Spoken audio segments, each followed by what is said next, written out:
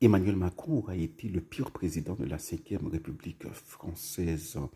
Autant Macron a été un très bon candidat, sa campagne de 2016-2017 a épaté tout le monde, autant Macron a été un très mauvais président. Alors pourquoi alors, Emmanuel Macron incarnait ce besoin, cette soif des Français d'alternative.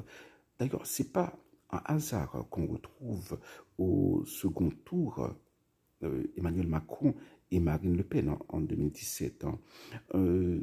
C'est parce que ces deux candidats incarnaient cette soif, cette aspiration de la société française.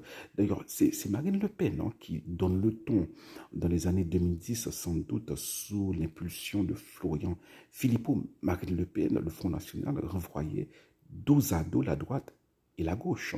Le Front National parlait de l'UMPS. Il faut se rappeler. Et Emmanuel Macron a repris à son compte ce genre d'argument.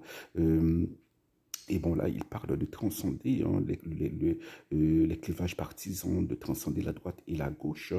Et donc, c'était ça, Macron. Et lorsqu'il devient président, il prend des gens de gauche, des gens de droite, des gens du centre. Mais les problèmes s'annoncent très tôt. Bayrou est contraint de démissionner très vite. Et les scandales s'enchaînent. L'affaire Benalla, l'affaire de la photo avec des voyous à Saint-Martin. Ensuite, il y a les 7 mois de Gilets jaunes, on a oublié. C'était très grave. D'aucuns pensaient que Macron ne finirait pas son mandat. Voilà. Et la France aujourd'hui, voilà, les problèmes institutionnels qui durent depuis 1 an et demi, 2 ans, je ne sais pas, la montée de la violence, du narcotrafic, du banditisme de tout acabit et le mal-être profond de la société française, la France qui s'est fait dépasser comme puissance mondiale par l'Inde, voilà.